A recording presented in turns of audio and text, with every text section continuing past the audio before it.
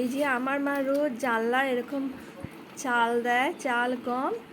আর এই যে এখন পায়রা, কত পায়রা এসছে, স্লাইডারটা লাগানো আছে, নইলে ঘরে ঢুকে যাবে। আর তারপরে এই যে এখন আসছে টিয়া পাখি, এরা খেয়ে উড়ে যাবে। এখন টিয়া পাখি আসছে, এখন তারপরে টিয়া পাখিরা খাবে। এই যে সব এক এক করে খেয়ে উড়ে যাচ্ছে, চাল প্রায় শেষ।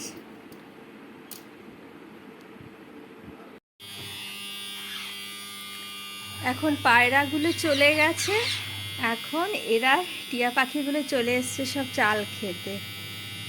আগে পায়রারা আসে, চাল খেয়ে চলে যায়, তারপরে যেটা থাকে তখন এই টিয়া পাখিগুলো খায়।